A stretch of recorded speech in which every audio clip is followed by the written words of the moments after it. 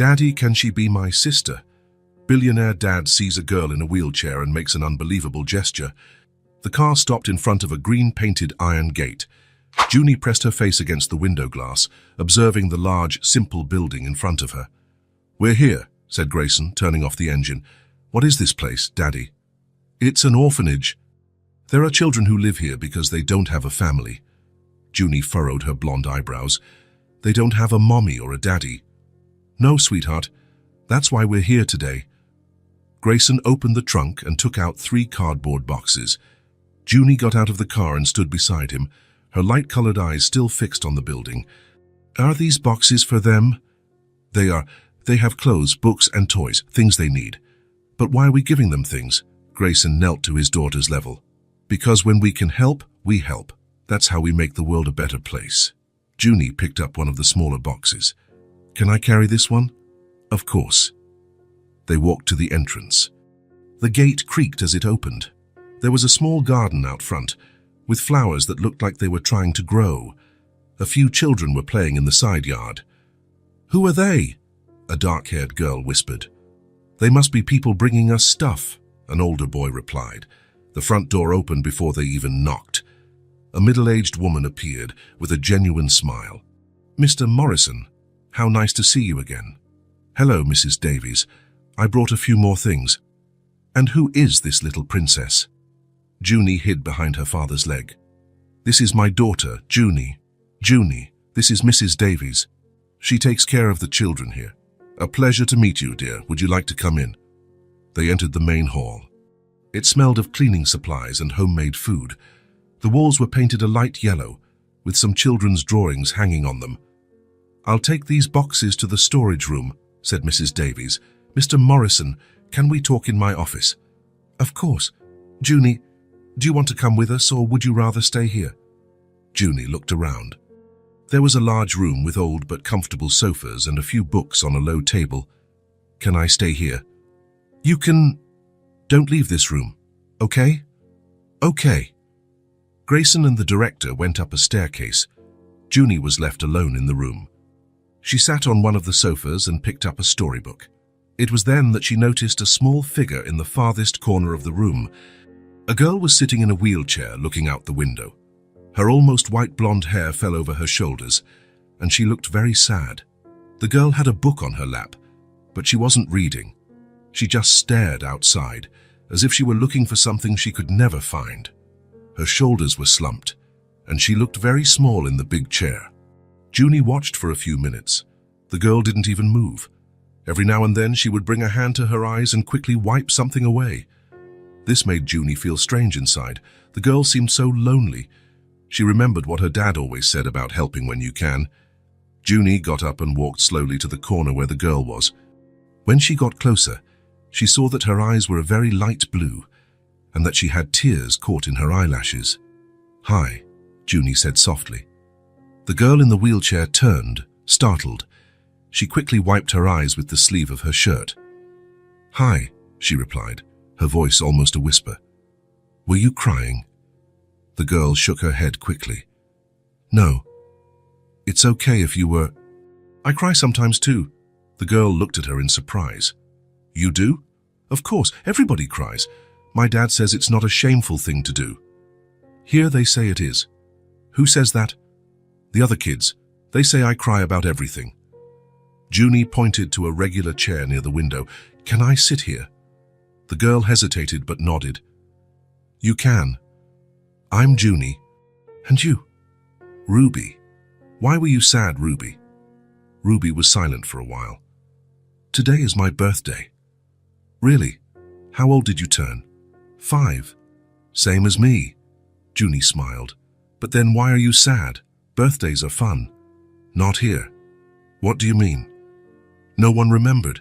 Mrs. Davies even forgot. And the other kids. They don't care." Junie felt her heart ache. "That's very sad." "It is." Ruby looked out the window again. "I wonder if my mum remembered my birthday." "You don't remember her?" "No. I've been here since I was a baby. Mrs. Davies said my mum couldn't take care of me." "Why?" Ruby touched her wheelchair. "Because of this." The chair. Yeah, she didn't know how to handle it. Junie found that strange. But you're just a normal person who uses a wheelchair. Ruby looked at her, surprised. Normal? Of course. You talk, you think, you feel. You're just like me, but with wheels. Other people don't think so. What other people? Everyone. The kids here, the adults who come to visit, they look at me like I'm different. Different how? Like I'm broken. Junie shook her head. That's silly. You're not broken. How do you know? Because you're talking to me. And your eyes aren't really sad, they're just sad for today. Ruby blinked several times. What do you mean? I just know these things. And I know you wanted someone to talk to. That's true. And you don't like being alone, but you are because you don't know how to make friends. Ruby's jaw dropped. How do you know that? Because it's the same with me. I'm alone at home too, just me and my dad. But you have a dad. I do, but he works a lot. And there are no kids on our street for me to play with. So you're lonely too? I am.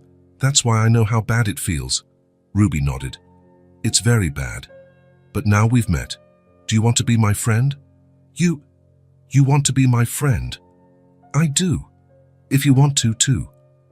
I really want to. Junie looked around the room. What do you like to do? Drawing. Watching the birds outside. Reading when there are new books. I like to draw too. Are you good at it? I think so. Can you show me? Ruby nodded and moved to a low table where there were some colored pencils and paper. Junie followed her, watching how Ruby moved in the chair. Did you learn to use the chair by yourself? I did. Nobody taught me. Wow. That must have been hard. It was at first, but I'm used to it now. Ruby picked up a piece of paper and started drawing a bird. Junie sat beside her, watching. That's beautiful, said Junie. You draw so much better than me. Really? Really? Look how detailed the feathers are. Ruby smiled.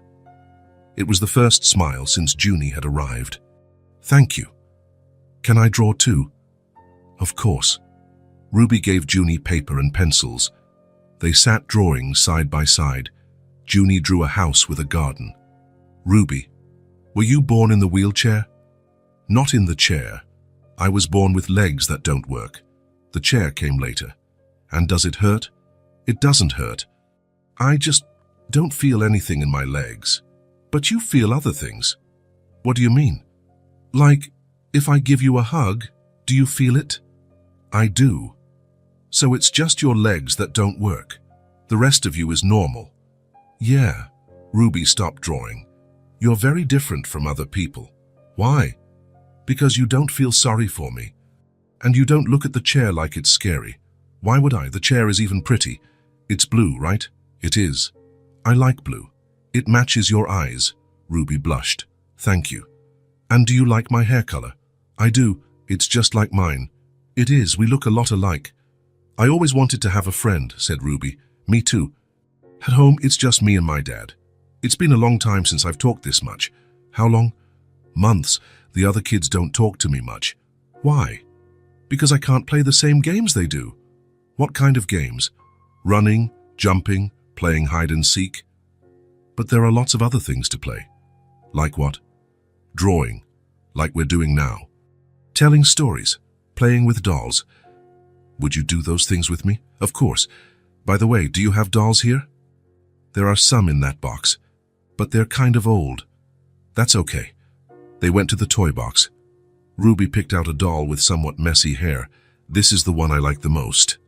Why? Because she's blonde too, like us. She is. What's her name? She doesn't have a name. No one ever gave her one. Then let's give her one. How about Clara? Why Clara? Because she has light-colored eyes, just like us. I like it. Clara. Ruby hugged the doll. Do you want a doll too? Ruby picked another one from the box. Thanks. I'll call her Luna. Why? Because her hair is kind of silvery. Like the moon. Pretty. Clara and Luna can be friends, just like us. Ruby smiled. Friends. I like that. They played with the dolls, making up stories. Ruby seemed much more cheerful now. You know what I've always wanted, said Ruby. What? To have a doll that's just mine, that no one else plays with. Do you share everything here? We do. We don't have anything that's just ours. That must be strange. It is. Sometimes I wish I had a little corner that was all my own. Just then they heard footsteps on the stairs. Grayson and Mrs. Davies were coming down. When they reached the room, they found Junie and Ruby on the floor, playing with dolls and surrounded by colored papers. Junie, what have you been up to? Asked Grayson, smiling. I made a friend, Dad. This is Ruby. Grayson approached. Hi, Ruby. It's a pleasure to meet you. Ruby became shy, but replied softly, Hi. She draws really well, Dad, and today is her birthday. Birthday? Grayson knelt down. How old did you turn, Ruby? 5. The same age as Junie. Happy birthday, sweetie. Mrs. Davies looked surprised. Birthday, Ruby, why didn't you tell me? Ruby shrugged. I thought you wouldn't care. Of course I care. We'll make a little cake for you later. Really? Really? How cool, said Junie. Dad, can we stay for the cake? Grayson looked at his watch. Not today, sweetheart.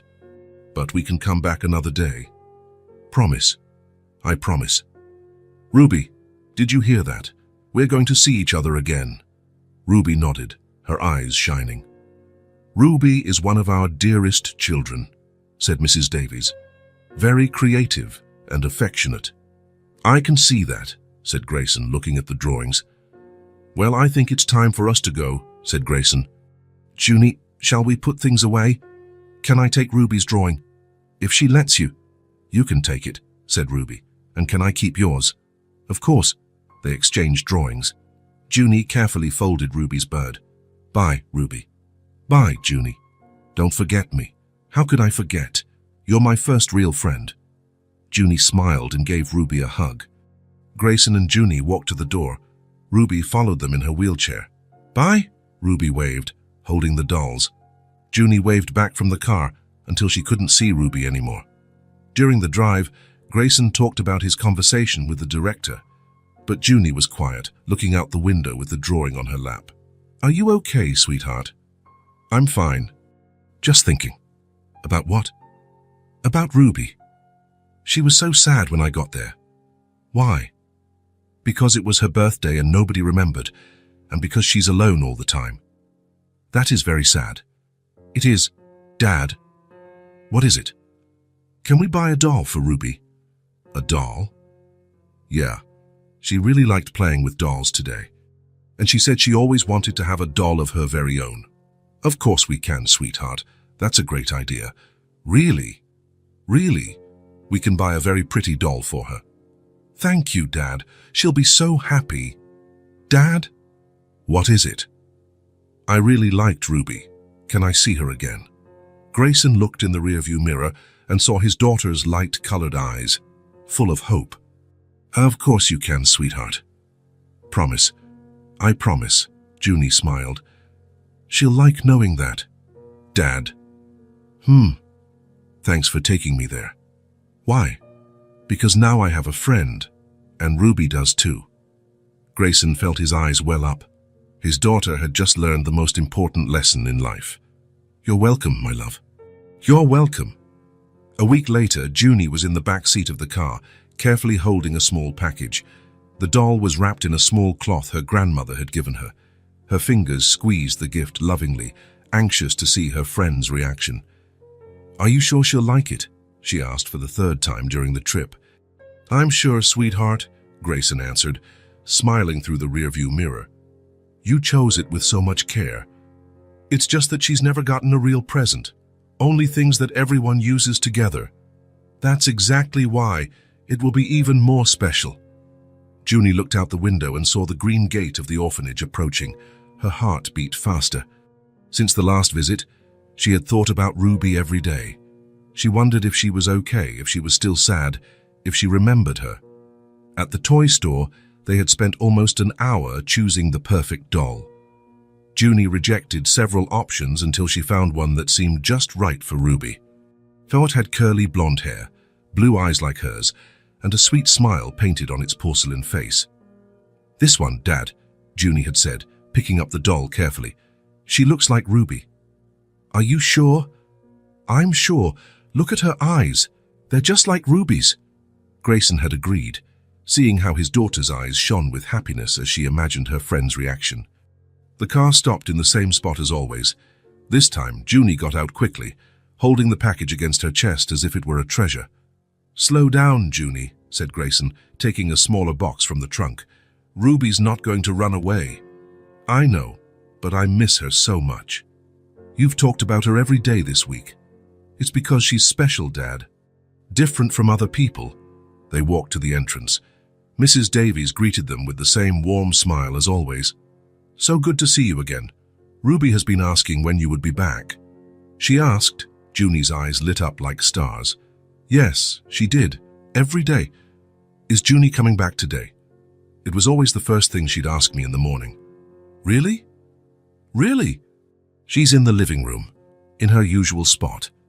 But she's more cheerful today. She said she had a feeling you would come." Junie ran ahead, leaving Grayson and the director behind. Her feet pattered on the wooden floor of the hallway, echoing through the house.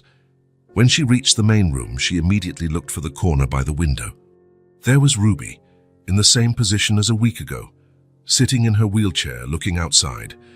But this time, when she heard the familiar footsteps, she turned quickly, as if she had been waiting for this moment. "Junie!" Ruby's face lit up like a rising sun. "Ruby!" Junie ran to her, almost tripping in her haste. "You really came back. I knew you would." "Of course I came back, I promised, remember?" Ruby smiled that shy way Junie already knew so well. "I thought about you every day."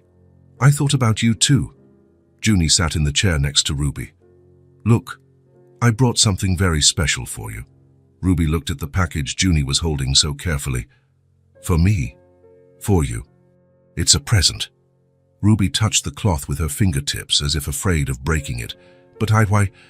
Because it's your belated birthday present, and because special friends deserve special gifts. But I don't have anything to give you." "You already did. You gave me your friendship." With trembling hands, Ruby took the package. The cloth was soft and smelled like home, like family, like care. She had never held something that was completely hers, chosen especially for her. "Can I really open it?" "You can. I'm dying to see your face when you see what it is." Ruby began to unwrap the cloth with extreme care, as if she wanted to preserve every second of that moment. Her hands trembled slightly with nervousness and excitement. When the doll began to appear, she held her breath. It was more beautiful than anything she had ever seen. It had curly blonde hair that shone in the window light, blue eyes that seemed to look directly into her soul, and a pink dress with white lace details.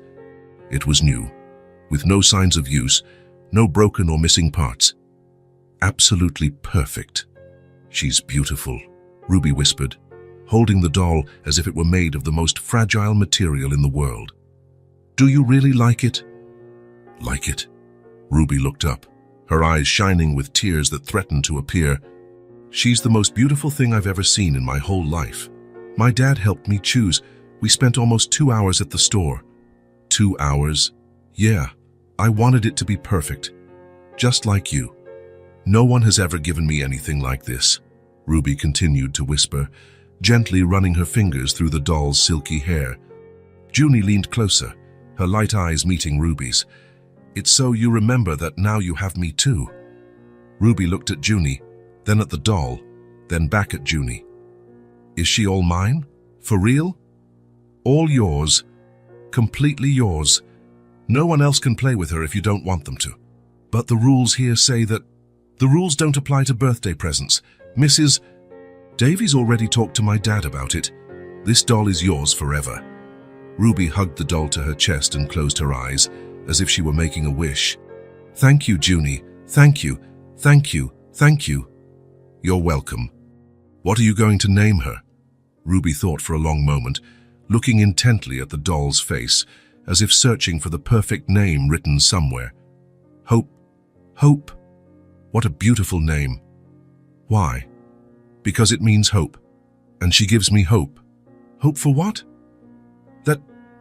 That maybe I'm not so different after all. If someone like you wants to be my friend and gives me beautiful gifts, Maybe I am normal. Junie felt her chest tighten with emotion. You were always normal, Ruby.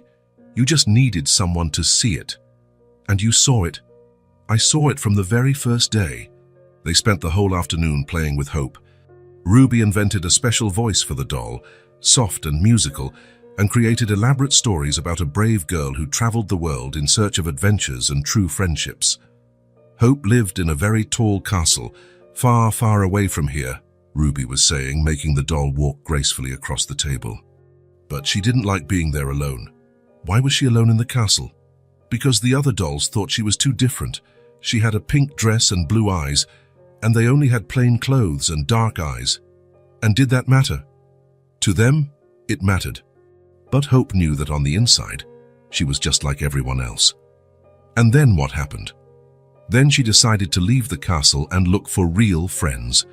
Friends who didn't care about the color of her dress or her eyes, but who liked her heart. And did she find those friends? Ruby looked at Junie and smiled, a smile that lit up her whole face. She did. A very special friend who also had blonde hair and understood what it was like to feel lonely sometimes. Just like us, exactly like us, and they stayed friends forever, forever and ever. While they played, other children from the orphanage passed through the room. Some stopped to look, curious about the new and obviously expensive doll Ruby was holding so carefully. "Ruby, what a beautiful doll," said an older, brown-haired girl. "Can I play with it for a little bit?" Ruby clutched Hope to herself, protecting her. "No, she's mine." "But we always share everything here. It's the rule." "Not this one. It was a special gift." The girl made a face and crossed her arms. "That's not fair. Why do only you get presents?" "Because it's her birthday," Junie said firmly. "And because she's my friend." The girl huffed and walked away. Ruby sighed in relief and hugged Hope tighter. "You don't like sharing your things?" Junie asked with curiosity. "I like sharing some things, but Hope is special. She's the first thing that's really, truly mine. I understand completely. I have things that are just mine and that I don't like to lend out." "Like what?" "My teddy bear that I've had since I was a baby, my diary where I write my secrets, my favorite blue blanket that my mom made for me." Junie listed them on her fingers. "They're things that make me feel safe and special. Hope makes me feel safe too and special. Then it's perfect. Everyone deserves to have something like that. I never thought I would. Now you do, and you'll have it forever." They continued playing until the sun began to set outside. Ruby didn't let go of Hope for a second, taking her everywhere in the room, introducing her to the other old dolls as if they were members of a royal family. At the end of the afternoon, when Grayson appeared to pick up Junie, he found the two girls sitting on the floor in a circle, with Hope in the center like a princess, surrounded by new drawings they had made especially for the doll. "How was your afternoon?" he asked, smiling at the scene. "Great," Junie replied enthusiastically. "Ruby loved the present, right, Ruby?" "I loved it more than anything in the world," Ruby replied, hugging Hope. "It's the most beautiful thing I've ever had." "I'm very happy, Ruby." Junie chose it with a lot of love. "Mr. Morrison," said Mrs. Davies, appearing in the room with a touched smile. "Thank you for such a special gift." Ruby hasn't let go of the doll for a second. "I don't think I've ever seen a child so happy. It was a great pleasure. Every child deserves to have something special that is just theirs." "Hope is going to live with me in my room," said Ruby.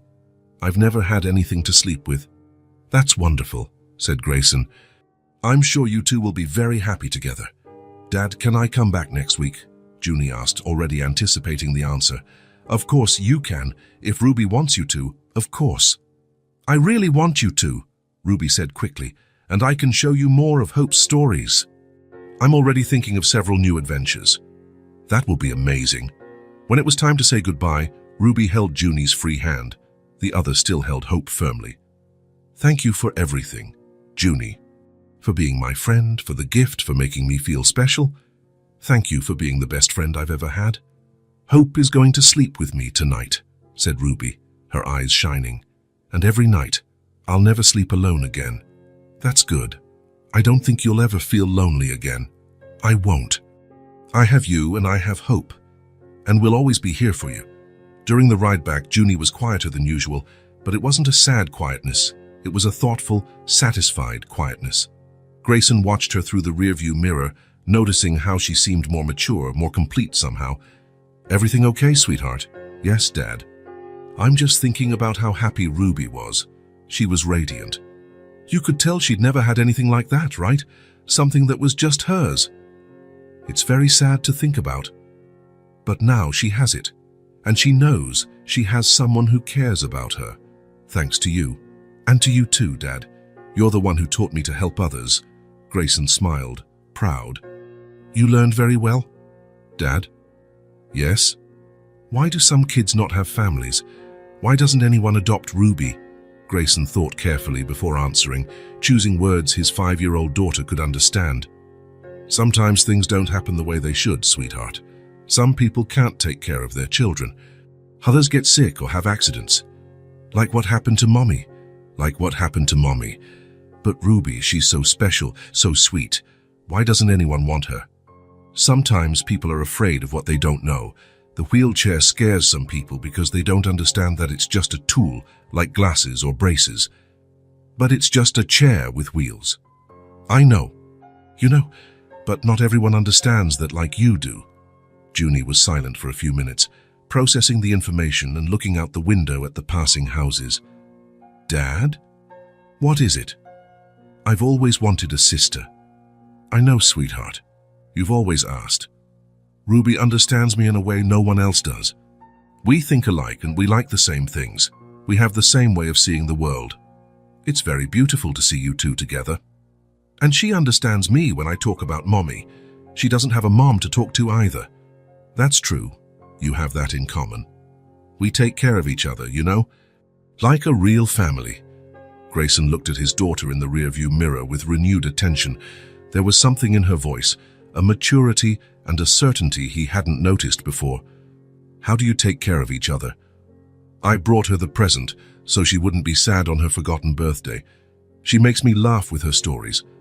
I teach her things. She teaches me other things. We're not lonely anymore when we're together. You really are very special friends. It's more than friendship, Dad. What do you mean, sweetheart? It's like we're family. Like you and I are family, but different too.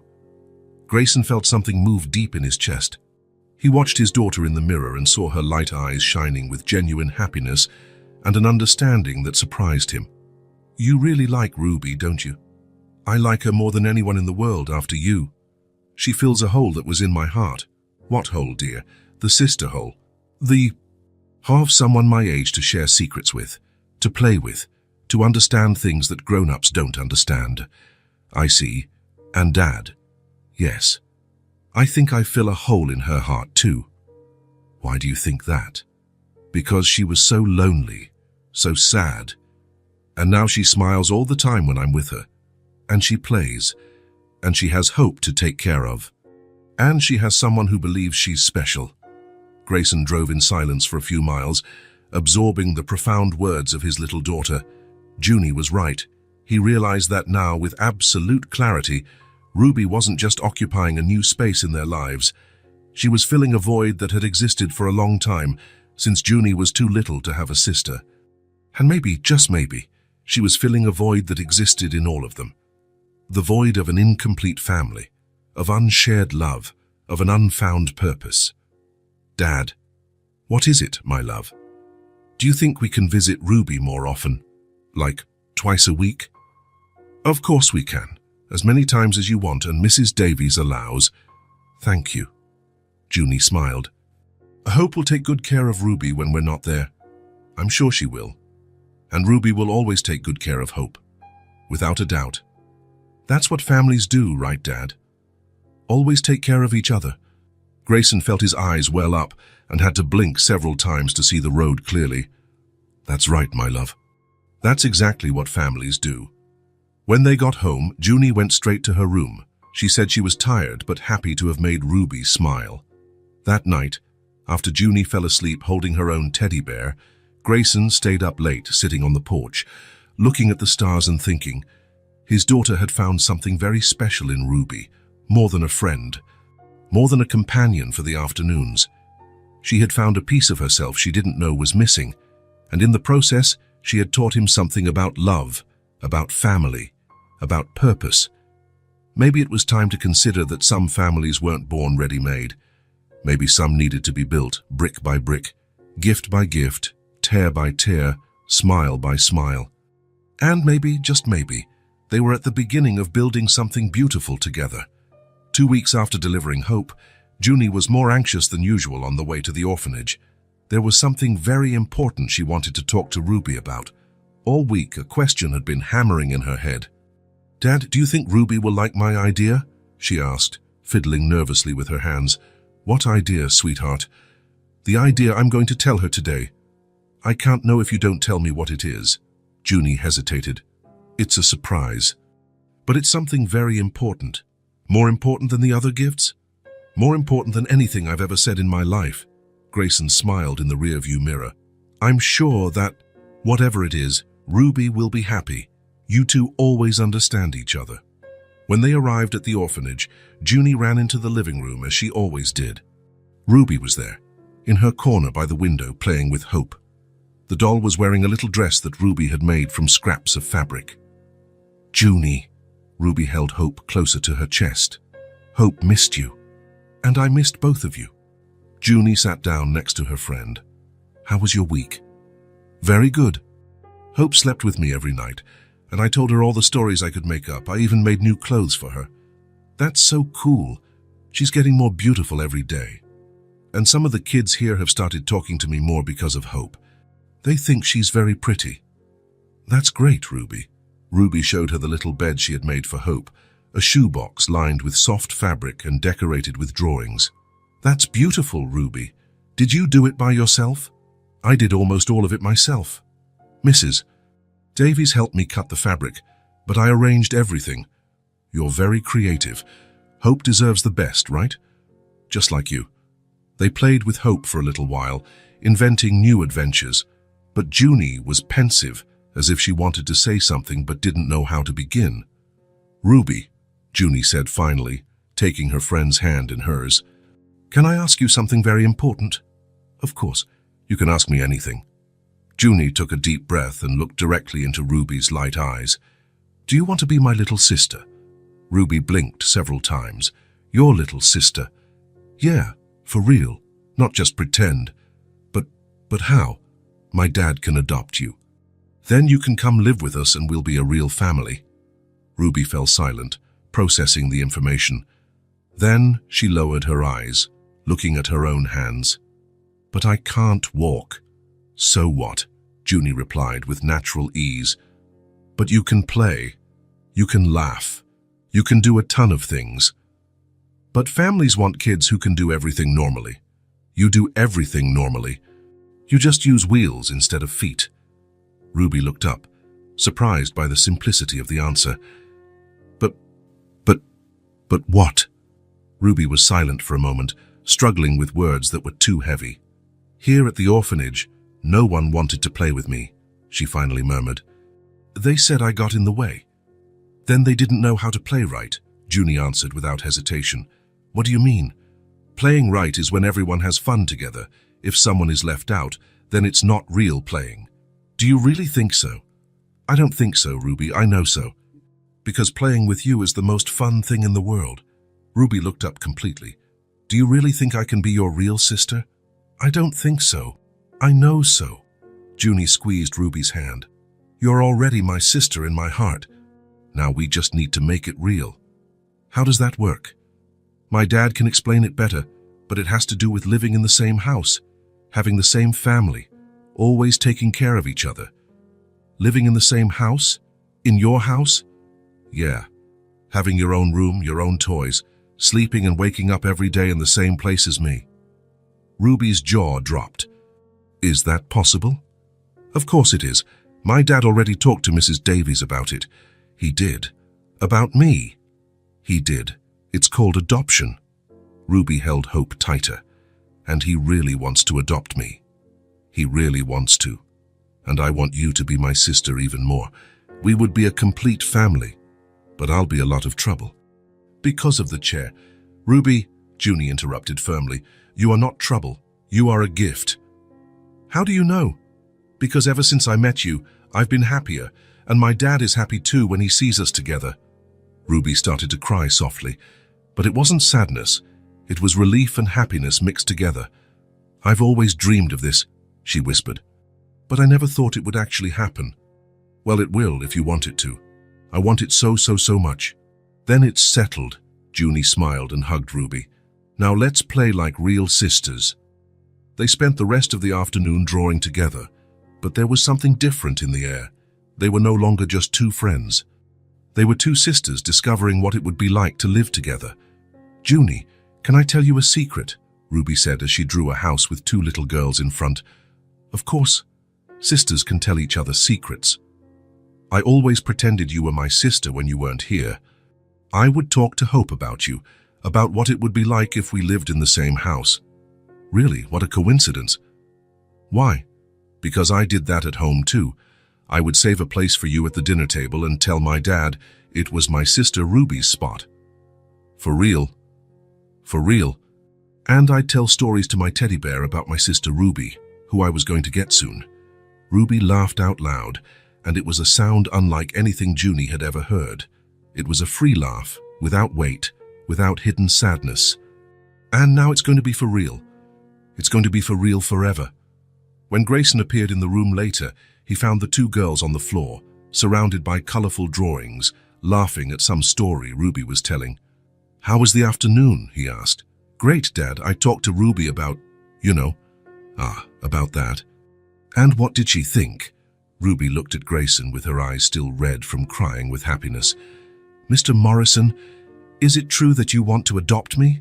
Grayson knelt to her level. It's true, Ruby. If you want to be part of our family, I want to very much. Then let's make it happen. At that moment, Mrs. Davies appeared in the room. Grayson stood up and went to speak with her in a corner, while the girls continued to play. Mrs. Davies, I'd like to talk about adopting Ruby. The director blinked several times. Adoption, Ruby's. Yes, my daughter and she have formed a very special bond, and we would like her to be part of our family. Mrs. Davies looked at Ruby, who was teaching Junie how to braid Hope's hair, and her eyes filled with tears. Mr. Morrison, no one has ever asked for her. In 5 years, no one has ever shown any interest. Why? The wheelchair scares a lot of people. They think it will be too difficult, too expensive. And is it? No more than any child. Ruby is special, Mr. Morrison. She has so much love to give, so much creativity. The director wiped her eyes. It would be an honor to start the adoption process. How long does it take? A few months. There's paperwork, visits, evaluations. But I can expedite whatever is possible. And in the meantime, you can continue to visit, and we can start preparing Ruby for the move. Grayson looked at the two girls, who were now drawing a family of 4, a man, 2 blonde girls, and a doll. She's already prepared, he said softly. In fact, I think we were all prepared a long time ago. The following weeks passed like a dream. Grayson officially started the adoption process, filling out paperwork, receiving visits from social workers, preparing the house to welcome Ruby. Meanwhile, the visits to the orphanage became more frequent. Junie went 2 or 3 times a week, always eager to share news with her future sister and plan what their life together would be like. Ruby, you're going to have your own room, Junie told her during one of these visits, with a big bed, a closet, a desk for drawing. All my own, all your own. And it will be next to my room so we can talk through the wall before we go to sleep. And can Hope stay there? Of course. There will even be a special shelf for her and the other dolls you're going to get. Other dolls? Of course. Any sister of mine will have as many dolls as she wants. Ruby smiled so much her cheeks hurt. For the first time in her life, she had plans. She had a future. She had a family waiting for her. 3 months later, the day finally came. Ruby was ready to go home. Grayson and Junie arrived at the orphanage on a sunny spring morning. Ruby was waiting in the living room, wearing a new outfit that Mrs. Davies had provided, holding Hope and a small suitcase with her few belongings. Ready? Asked Junie. More than ready, Ruby replied, smiling. The The farewell from the orphanage was quick. Ruby hugged Mrs. Davies, thanked her for all the care, but she was anxious to start her new life. During the drive home, Ruby was glued to the window, observing everything with curious eyes. "Is it far from here?" she asked. "Not too far. About 20 minutes, Grayson replied. "And what's the house like?" "You'll see soon," said Junie, barely able to contain her excitement. When they arrived, Ruby stared at the 2-story house with a garden in front. It was beautiful, welcoming, with flowers in the windows and a swing on the porch. "Is this it?" "This is it," said Grayson. "Welcome to your new home, Ruby." Grayson had made some adjustments to the house. Ramps at the entrances, handrails in strategic places, and most importantly, a room specially prepared for Ruby on the ground floor. "Do you want to see your room?" asked Junie. Ruby nodded, nervous and excited at the same time.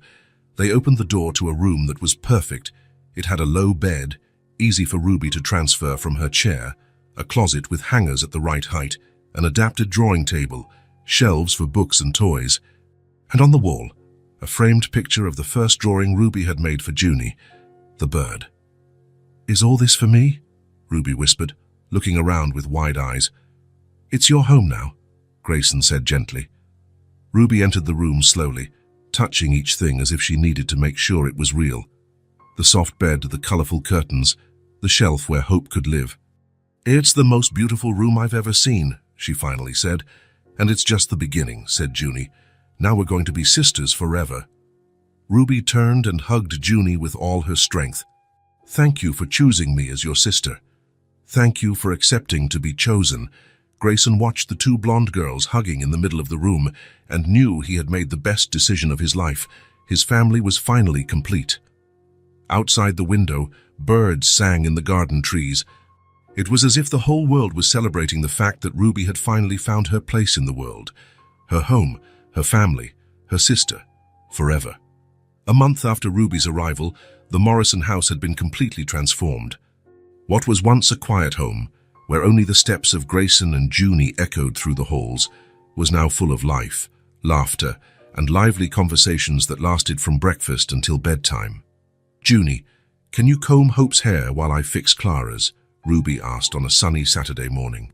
They were in Ruby's room on the floor, surrounded by dolls, small brushes, colorful ribbons, and all sorts of accessories Grayson had bought for them.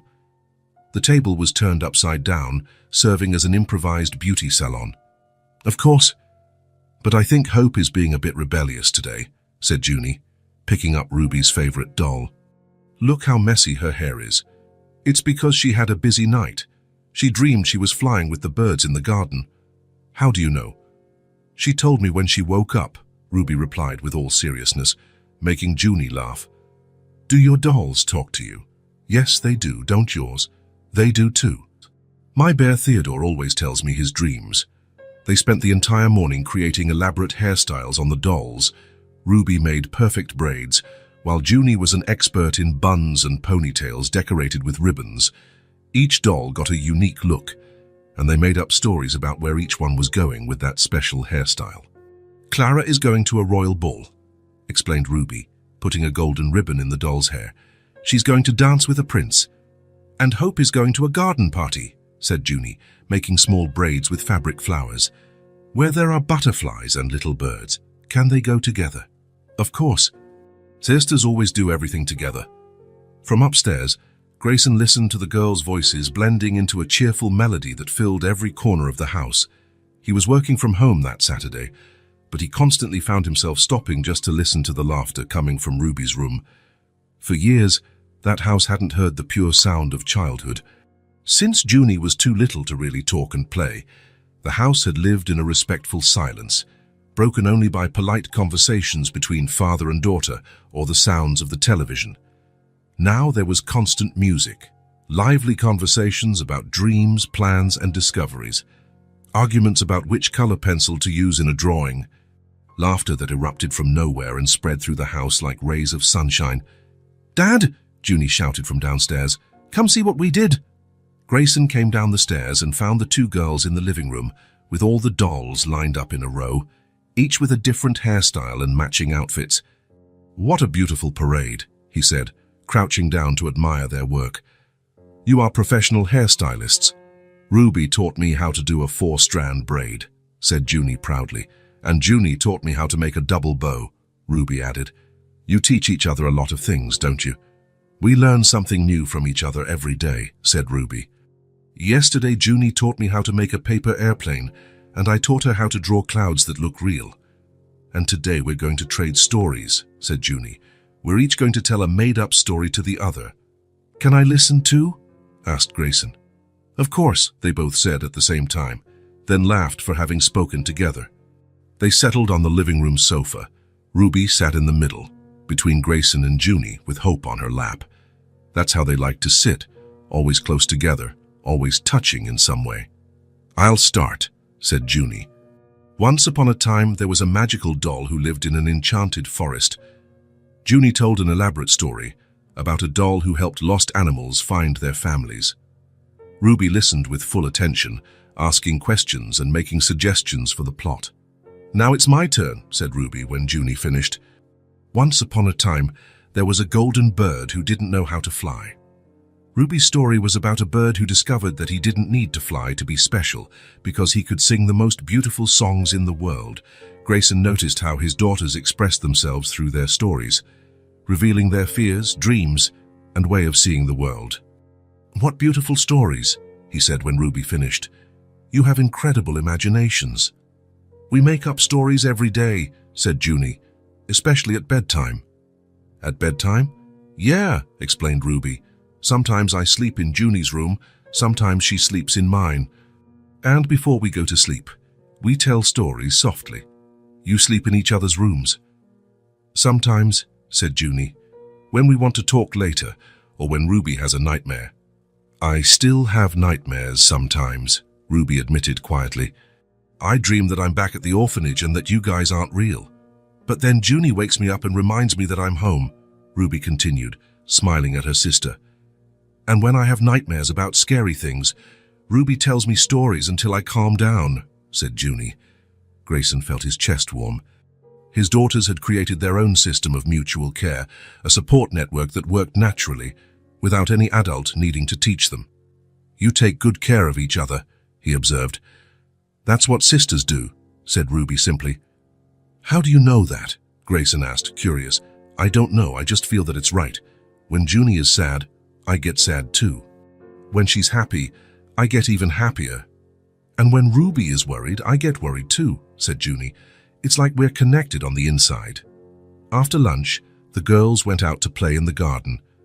Grayson had installed a low picnic table, perfect for Ruby to reach from her wheelchair, and scattered cushions on the grass for Junie to sit on. Let's play family, suggested Junie. What do you mean? You be the mum, I'll be the oldest daughter, and the dolls are the babies. But I don't know how to be a mum, said Ruby, hesitant.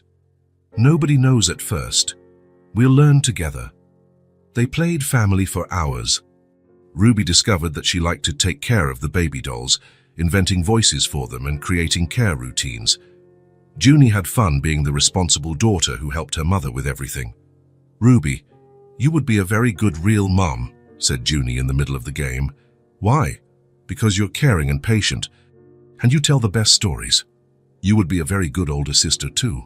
I already am. I am your older sister. That's right, Ruby laughed. Sometimes I forget because we look so much alike. How many minutes older do you think I am? About 5 minutes? Perfect. So I'm responsible for taking care of you for 5 minutes, and you take care of me for the other 5. At the end of the afternoon, Ruby decided she wanted to explore more of the garden. She had limited herself to the area near the table, but now she wanted to see the flowers that grew at the back of the yard. I'm going to see the roses Dad planted, she said, starting to push her chair across the grass. Want me to push? Offered Junie. No, thank you. I can do it. Ruby was determined to be as independent as possible. Grayson had taught her that asking for help when she needed it was important, but that doing things on her own when she could was equally valuable. The grass was a bit uneven near the roses. Ruby had to push harder, and one of the wheels found a small hole she hadn't seen. The chair tilted sharply to the side, and Ruby lost her balance, falling from the chair and landing on the soft grass. "Ruby!" shouted Junie, running to her. Grayson, who was watering plants on the other side of the garden, dropped the hose and ran over too. "Are you hurt?" he asked, kneeling beside Ruby. Ruby was sitting on the grass, checking if she was injured. She wasn't hurt, but her face was red with shame and frustration. "I'm sorry," she muttered, not looking up. "I told you I was trouble." "Ruby," Grayson said firmly, helping her sit up better, "you will never be trouble. You are a gift." "But I fell, and now you have to help me. And nothing," Grayson interrupted, his voice full of affection. "Falling is a part of life. Everyone falls sometimes. I fall. Junie falls. You fall. The difference is that we get up and keep trying." "But it's harder for me," Ruby whispered. "Some things are harder for you, others are easier. You draw better than Junie and I put together. You tell stories that make us dream. You see beauty in things we don't even notice." Ruby finally looked up and looked at Grayson. "Really?" "Really. And you know what else? I feel lucky every day that you're a part of our family. Even when I fall and need help, especially when you need help, because it means you trust us, and because taking care of the ones we love is one of the best parts of having a family." Ruby didn't answer with words. Instead, she threw herself into Grayson's arms and hugged him with all her might, burying her face in his shoulder. Grayson hugged her back, feeling how small and fragile she still was, but also how strong and brave. He felt Junie join the hug, wrapping her thin little arms around both of them. "I love you guys," Ruby whispered in the hug. "And we love you," Grayson replied. "More than you can imagine." When they separated, Grayson helped Ruby back into her chair, checked if she was comfortable, and then the three of them went to see the roses together. "They're beautiful," said Ruby, gently touching a red petal. "Do you want me to cut one for you to take to your room?" offered Grayson. "Can I? Won't they be sad?" "Not if we cut it carefully. And that way you can have their beauty close to you." Grayson cut a small perfect rose, which Ruby held as if it were made of gold. "I'll put it in the glass of water on my nightstand," she said. "That way, I'll wake up every morning seeing something beautiful." "Just like I wake up seeing you two," said Grayson, making the girls laugh. That night, after the girls had dinner and took their baths, they settled in the living room for story time before bed. It was a tradition they had created. Each night, a different person told a story to the other two. "It's my turn to tell a story tonight," said Grayson, sitting between them on the sofa. "What story are you going to tell?" asked Junie. "A story about a house that became happy." "Can a house be happy?" asked Ruby. "This one can. Once upon a time, there was a big, beautiful house, but it was very quiet and a little sad." "Why was it sad?" asked Junie. "Because houses are made to have families, and this house felt that something was missing." Grayson told the story of a house that waited a long time until it found the perfect family to fill it with love, laughter, and life. "And when the family was complete," he continued, "the house was so happy that it began to glow from the inside. The walls grew warmer, the hallways echoed with sounds of joy, and even the plants in the garden grew more beautiful." "Like our house?" asked Ruby. "Exactly like our house," Grayson confirmed. When it was time for bed, the girls decided that Ruby would sleep in Junie's room that night. "So we can talk about the garden flowers," explained Ruby. "And about the stories we're going to make up tomorrow," Junie added. Grayson helped them get settled in Junie's bed, Ruby with Hope in her lap, Junie with Theodore hugged tight, the two of them sharing Junie's favorite blanket. "Good night, girls," he said, kissing each of them on the forehead. "Good night, Daddy," they said together. Grayson left the room, leaving the door ajar as they liked. In the hallway, he stopped for a moment to listen to the soft voices of his daughters talking in the dark. "Junie, what? Thank you for teaching me that falling isn't the end of the world. Thank you for teaching me that taking care of someone is a good thing. Sisters always take care of each other, right? Always, forever and ever." Grayson smiled and headed to his own room, his heart full of a happiness he didn't know was possible to feel. His house was complete. His family was whole, and the sound of childhood had returned to stay, bringing with it the silent healing they all needed. From the girls' room, Whispers and soft laughter still came, and Grayson fell asleep to that sound, knowing it was the soundtrack of true happiness. 3 months after Ruby's arrival, the Morrison family's routine had settled into a harmonious dance of small, happy moments. The mornings began with the girls' laughter at breakfast, continued with games in the garden, and ended with stories told on the living room sofa. That Friday night, Grayson had prepared the girls' favorite dinner, pasta with tomato sauce and melted cheese on top. Ruby and Junie were excitedly talking about the day they had spent drawing a complete storybook. "And then the princess finds the dragon," Ruby explained, gesturing with her fork. "But he's not mean. He was just lonely and sad. Just like you were when I met you," Junie said without thinking, then stopped, realizing what she had said. "Sorry, Ruby. I didn't mean to." "It's okay," Ruby smiled. "It's true. I was lonely and sad. But I'm not anymore."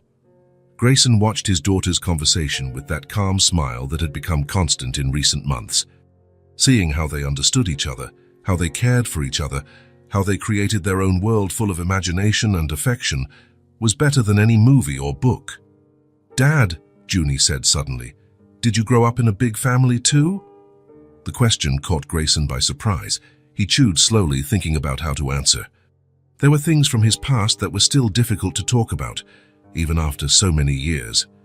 "Why do you want to know, sweetheart?" "Because you know exactly how to take care of 2 girls at the same time, and how to make us feel at home. It seems like you've done this before." Ruby also stopped eating, paying attention to the conversation. Her light eyes were fixed on Grayson, curious but respectful. Grayson put his fork down on the plate and looked at the 2 girls. Ruby seemed especially interested, as if the answer was important to her in a way he didn't fully understand. "Actually," he began slowly, "I didn't grow up in a big family." "What do you mean?" asked Junie. Grayson took a deep breath. He had never told Junie this story. He always thought she was too young to understand. But looking at Ruby, he realized that maybe it was the right time. "I grew up in that orphanage too." The silence that followed was complete. Junie paused with her fork in the air, her mouth open. Ruby blinked several times, as if she hadn't understood correctly. "In the same orphanage as Ruby?" Junie finally asked. "The very same. I lived there from the age of 3 to 8. But how? Why?" Junie was clearly confused. "My biological parents died in a car accident when I was little. There was no one else to take care of me, so I went to the orphanage." Ruby said nothing, but Grayson saw how her eyes filled with a deep understanding. She knew exactly what it was like to grow up in that place, what it was like to sleep in a bed that wasn't yours, to play with toys that belonged to no one. "And you were there for a long time?" Junie asked, still processing the information. 5 years. They were 5 difficult years." "Difficult how?" Grayson looked at Ruby before answering. She was listening to every word with full attention, and he realized she understood things that Junie, fortunately, would never have to understand. "It was lonely," he said simply. "Just like you both already know it can be." Ruby nodded almost imperceptibly. She knew. "But then what happened?" asked Junie. "Then a family chose me, a couple who couldn't have biological children, but who had a lot of love to give. They adopted me and gave me a new chance at a real family." "Just like you did with Ruby?" asked Junie, beginning to understand. "Exactly like that." Grayson looked directly at Ruby. "A family gave me a new chance. Today, I can do the same for you." Ruby let her fork fall onto her plate. Her eyes were shining, but not with sadness. It was something different, more profound. You know what it's like," she whispered. "I know exactly what it's like. I know what it's like to sleep in a bed that isn't yours. I know what it's like to play with toys that everyone uses. I know what it's like to wait for someone to come get you and wonder if it will ever happen." Ruby swallowed hard. "And I know what it's like when people look at you as if you're different. Because of the chair? Because of anything that makes you seem different from others?" Grayson nodded. "I know what that's like too. I was the boy whose parents died, the boy who had no one. Some people looked at me with pity, others as if I were a problem. But you weren't a problem," Junie said firmly. "No, and Ruby isn't either. Being different isn't being a problem. It's just being unique. And the family that adopted you, Ruby asked softly, did they really love you? They loved me as if I were their son from birth. They gave me a name. They gave me a home. They gave me an education. But more important than all of that, they gave me the feeling of belonging somewhere. Ruby blinked several times, absorbing every word. Is that what you're doing for me? She asked. Giving me the feeling of belonging. We're not giving it to you, Ruby. You already belong. Ever since the first day, Junie came home talking about the special girl she had met. Even with the chair, even with all the things I can't do. Especially because of who you are. The chair is just a part of you. Just like my glasses are a part of me. Or Junie's blonde hair is a part of her. Ruby was silent for a long moment, poking at her food without eating. Dad, said Junie, does the family that adopted you still exist? My adoptive mother passed away when I was 20. My adoptive father passed away shortly before you were born, but they taught me how to be a father. They taught me that family isn't about blood, it's about choice. About deciding to love someone every single day. Is that why you knew Ruby had to be part of our family? Asked Junie. That's why, because I recognized in her the same thing my adoptive parents recognized in me. A child who needed love, and who had a lot of love to give in return.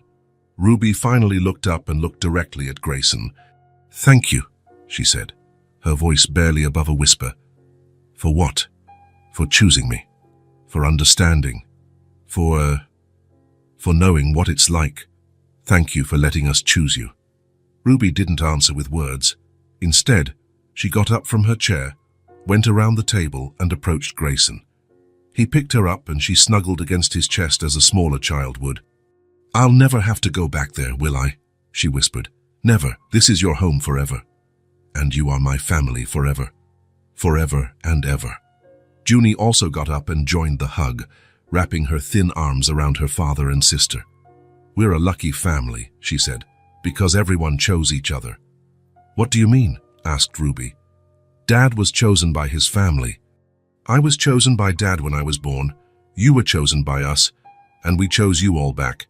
Ruby smiled, and Grayson felt how she completely relaxed in his arms.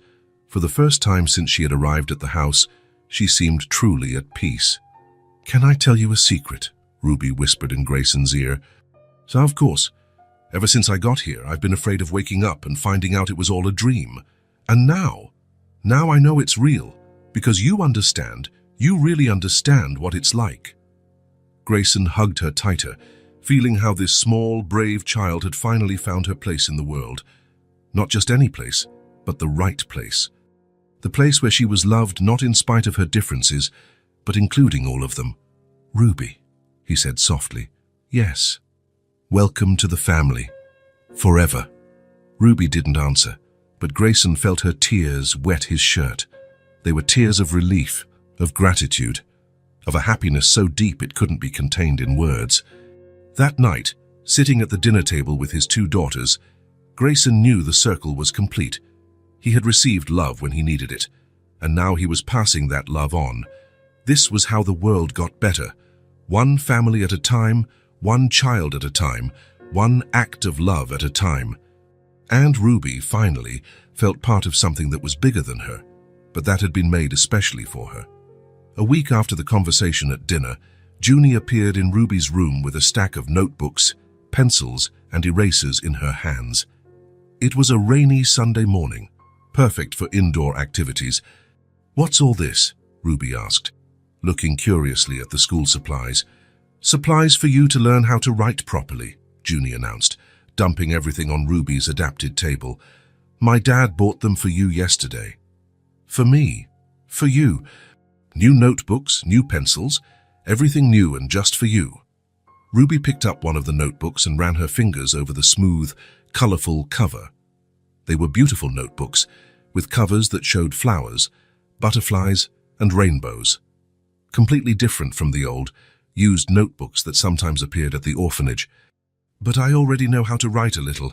I know you do, but I want to teach you to write like they teach in school, with nice handwriting. No mistakes. The right way. Why? Junie sat in the chair next to Ruby's table. Because you're very important to me, and important people deserve to know all the cool things. Ruby smiled and opened the first notebook. The pages were white and clean, full of possibilities. Where do we start? With your name, I'm going to teach you how to write Ruby in the most beautiful way possible. Junie took a pencil and slowly wrote Ruby in large, neat capital letters on the first line of the notebook. See? Now you try underneath. Ruby held the pencil carefully and tried to copy the letters. Her hands trembled a little with nervousness, and the letters came out a bit crooked. "It's ugly," she murmured, frowning. "It's not ugly, it's a start. No one writes beautifully on the first day. It took me weeks to be able to write my name right." "Really? Really?" "Look." Junie took another notebook and showed Ruby some pages of exercises she had done when she was learning. The first few lines were full of uneven letters and crooked words. "Wow, you wrote worse than me," Ruby said, laughing. "Much worse. But look here at the end." Junie turned to the last pages, where her handwriting was much neater and more organized. "See? With practice, it gets pretty, and you'll get it too." They spent the entire morning practicing letters. First Ruby's name, then Junie's name, then simple words like house, doll, and family. "Now I'm going to teach you a very important word," said Junie, taking a new notebook. "What word?" "Daddy." Junie wrote the word with special care, even adding little details to the letters. "Why is this word important?" "Because now you have a real daddy, and every daughter has to know how to write daddy." Ruby looked at the word for a long moment, as if she was seeing something magical. "Can I try?" "Of course." Ruby copied the word slowly, concentrating on each letter. When she finished, they both looked at the result. "It looks beautiful," said Junie. "It really does." Ruby smiled. "Now I know how to write daddy. And I'll teach you how to write sister too." They continued to practice. Ruby was a dedicated student, trying each word several times until she could make the letters the way she wanted. Junie was a patient teacher, explaining how to hold the pencil, how to make the curves of the letters, how to leave the right amount of space between words. "Junie," Ruby said after a while, "can I tell you something?" "Of course." "You can tell me anything."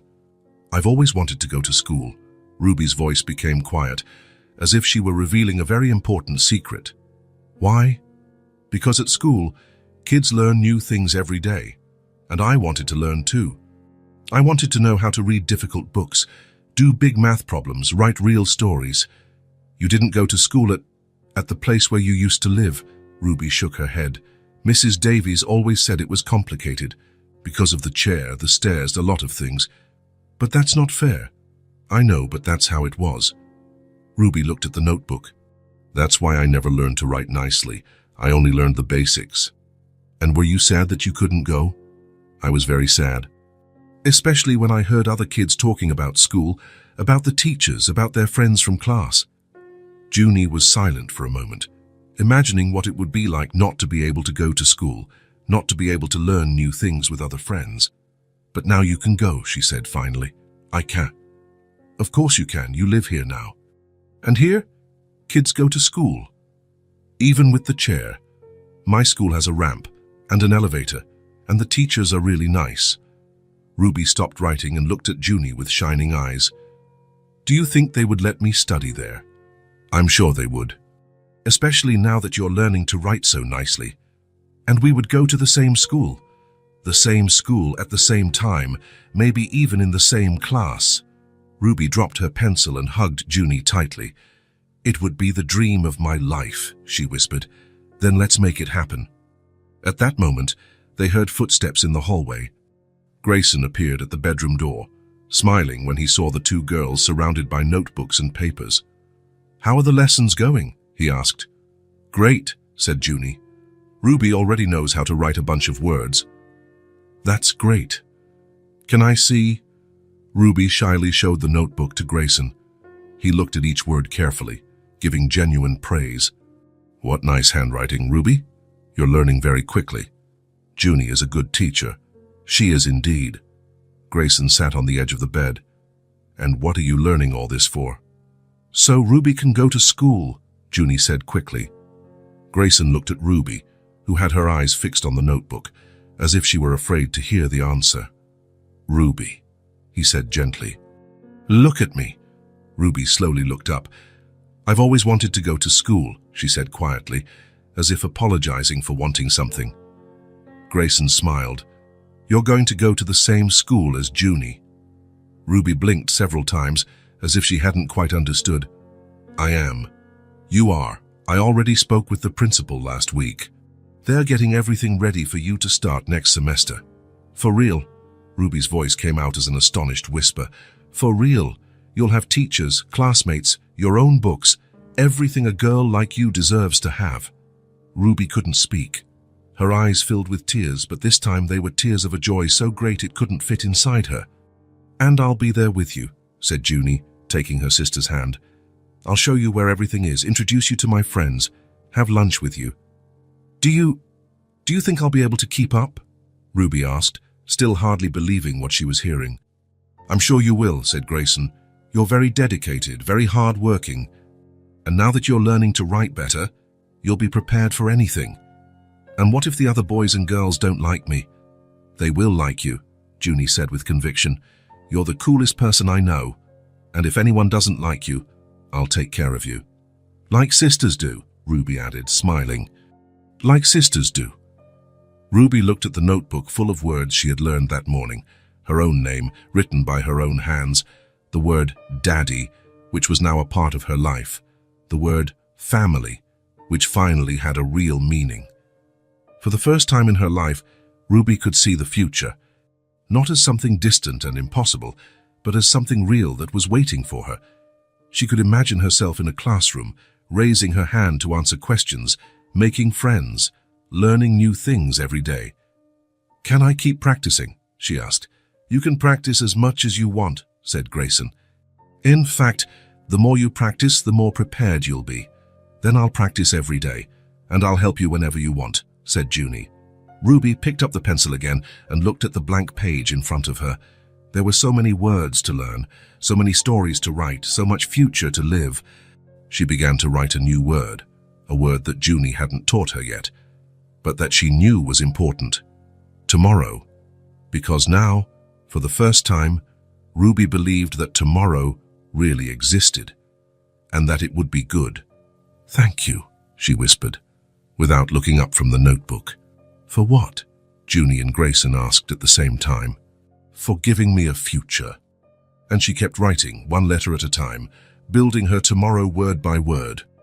6 months after Ruby had arrived at the Morrison home, Grayson received a call that would change everything permanently. It was the social worker assigned to the case. All the documents were ready. It was time to make official what their hearts already knew. "Do the girls need to come along?" Grayson asked on the phone. "Ruby needs to be present to sign some age-appropriate documents," the social worker explained, "but it will be something simple, in a small room, nothing formal. And after that? After that, you can go home, as a complete and official family." Grayson felt a deep emotion rise in his chest. The moment had finally arrived. That Thursday morning, the three of them had a quieter breakfast than usual. It wasn't sadness, but anticipation. "Is today the day?" Ruby asked softly. "Today is the day," Grayson confirmed. "And after this, I'll officially be your daughter." "You are already my daughter, Ruby. Today we're just making the papers agree with what our hearts already know." Ruby smiled and held Junie's hand. "And will we be sisters on paper too?" "We'll be sisters in everything," said Junie, "forever." The drive was different this time. Ruby didn't look out the window with curiosity. Instead, she held hope against her chest and looked pensive. "Are you nervous?" asked Junie. "A little. It's strange going back there." "Why?" "Because the last time I left, I was one person. Today, I go back as a completely different person." "What do you mean?" "Last time, I was just the Ruby nobody wanted. Today, I'm the Ruby who has a family, who has a sister who is going to school.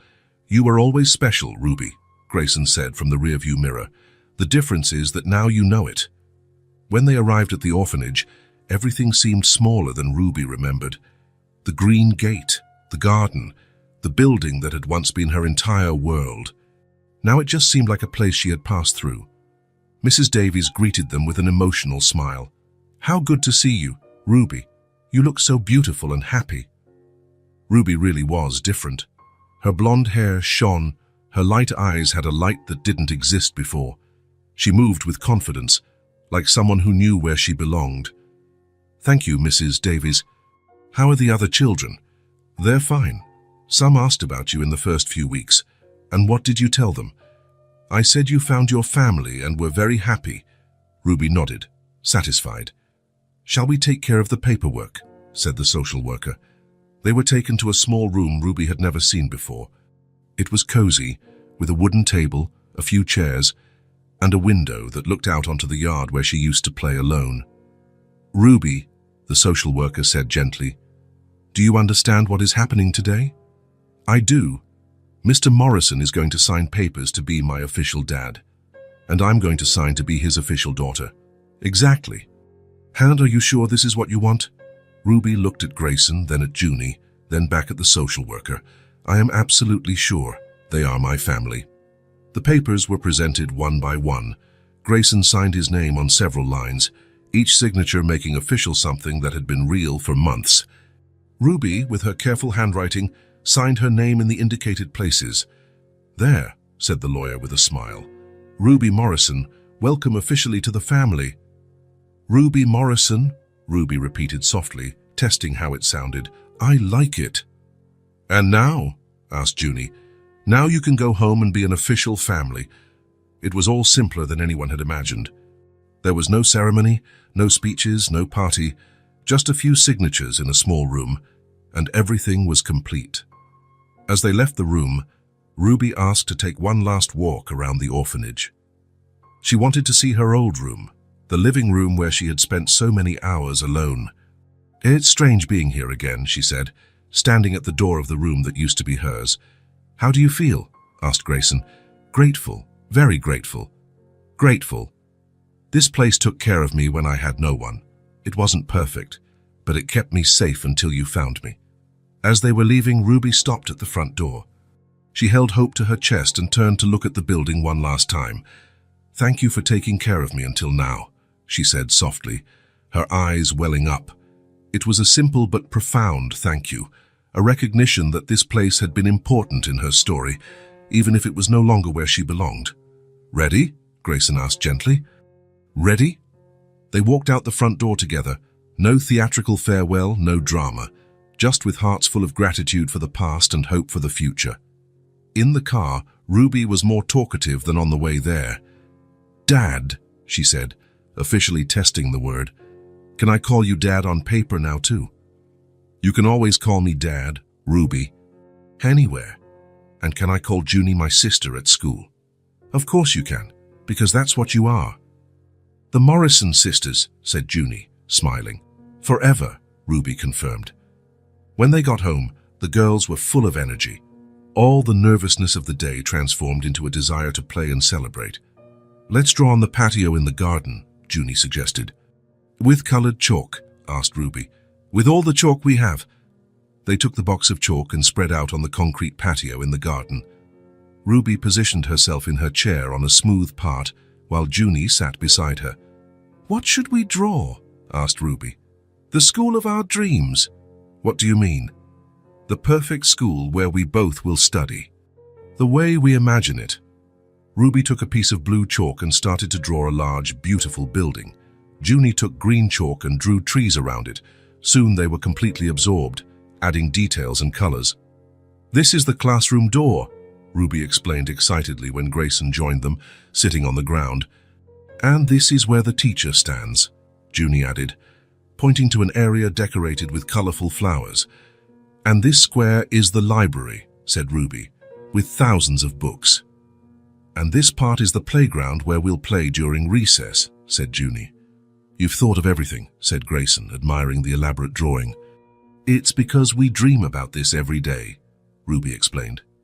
"And now the dream is going to become a reality," said Junie. When they finished, it was already lunchtime. But the day was so beautiful that Grayson suggested something different. How about we have a picnic in the garden to celebrate? A real picnic? Asked Ruby, excited. A real one, with a blanket on the ground, yummy food and everything. They prepared sandwiches, cut up fruit, filled bottles with juice, and got some homemade cookies. Grayson spread a large checkered blanket on the lawn, under the shade of Ruby's favorite tree. "This is the most beautiful picnic I've ever seen," said Ruby, transferring herself from her chair to the blanket. "It's the first official Morrison family picnic," said Junie solemnly. "Then it has to be special," Grayson agreed. They ate, laughed, told stories, and made plans for the future. Ruby talked about how excited she was to start school. Junie explained everything they would do together at school. Grayson listened to them talk and felt complete happiness. After eating, the girls played on the blanket, rolling on the grass, tickling each other, laughing at silly things that only sisters find funny. Grayson watched them, trying to record that moment in his memory forever. His two daughters, so physically similar but so different in personality, complementing each other perfectly. Ruby, with her natural kindness and infinite creativity. Junie, with her contagious energy and generous heart. They were playing making grass angels, lying down with their arms outstretched, laughing because the grass tickled. "Dad, come make grass angels with us," shouted Junie. "Come on," insisted Ruby. Grayson joined them, lying on the grass between the two girls. The three of them lay there looking at the blue sky, listening to the birds sing. "Dad," Ruby said softly. "Yes. Thank you for adopting me. Thank you for letting us adopt you. And thank you, Junie, for wanting a sister. Thank you for being the perfect sister for me." Grayson closed his eyes and took a deep breath. There, lying on the grass in his garden, with his two daughters by his side, he understood something profound about legacy and inheritance. It wasn't the material possessions that mattered. It wasn't the house, the money, or any physical thing he could leave them. The true inheritance he was building was this, the unconditional love he had taught Junie to have for Ruby, the trust he had helped Ruby develop, the family they had built together moment by moment, choice by choice. This was the true inheritance he would leave, not what he had given them, but what they had built together. "Dad, are you crying?" asked Junie, noticing the tears in his eyes. "They're happy tears," he explained. "How can tears be happy?" asked Ruby. "Sometimes happiness is so big it doesn't just fit in your heart, so it comes out through your eyes too." The girls laughed and snuggled closer to him. "We're full of happiness too," said Ruby. "So much it can't even fit," Junie agreed. They stayed there until the sun began to set, just enjoying being together, officially and forever a family. When they finally went inside, Ruby stopped at the door and looked back at the garden where they had spent that perfect afternoon. "Junie," she said, "what is it? Remember when you asked me if I wanted to play?" "I remember. That was the most important question anyone has ever asked me in my life." "Why?" "Because it changed everything. Forever. And it was true. Sometimes, love really does start with a simple question, and it changes everything forever." If this story touched your heart, subscribe to the channel and turn on notifications so you don't miss the next ones. Leave a like because it helps this story get recommended to more people. See you in the next story.